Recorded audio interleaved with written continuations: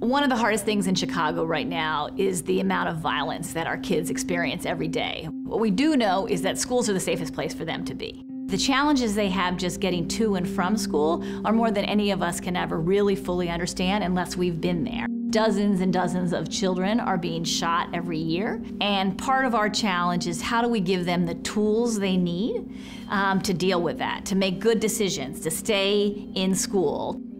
I felt like I just reached my breaking point. Like, I didn't care no more. Forget school, forget life. I just feel like my family didn't care, so why should I? Getting up every morning, you have to motivate yourself to do good. You have to motivate yourself not to be like others on the street selling drugs, being on the corner, not having a life. It's real hard.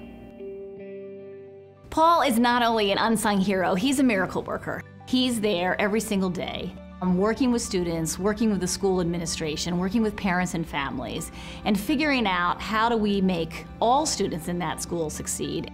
Yeah, the lives of the students that I work with are pretty hard to describe. And I think first, just out of humility, I should say that I in no way can ever really fully understand sort of the strength and resilience that they have to just sometimes make it to school.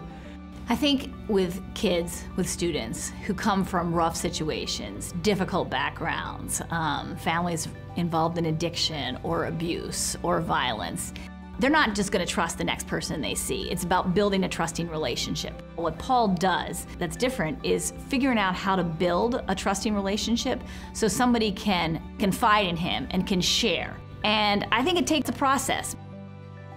That's the work I have to do with my students who don't believe there's another future for them. I have to just be with them along the way and then gradually and incrementally expose them to the possibility of other opportunities. Fortunately, the way that Communities in Schools works at Chicago Talent is a student like that could be on my caseload for 3 years. So that way, over time, through the relationship and through trust, I can get him or her to start to consider the possibility of an alternate future. And that just takes time. I met Mr. Fagen my freshman year of high school. He talked to me calmly.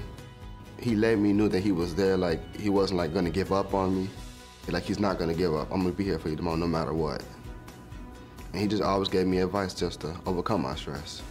I think Communities in Schools, what we do, it's not rocket science. It's a simple solution of going in and have caring people like Paul Fagen who can be in a school based there in the lives of our students, in the lives of the adults in the school community, making a difference. Student by student, school by school, city by city, across the town, across the country. I always tell Mr. Fagen, I really thank him, I commend him for what he's done for me. He never gave up on me like others would. I think because he's the father figure in my life and that I love him. My future's very bright. The grass is greener on the other side.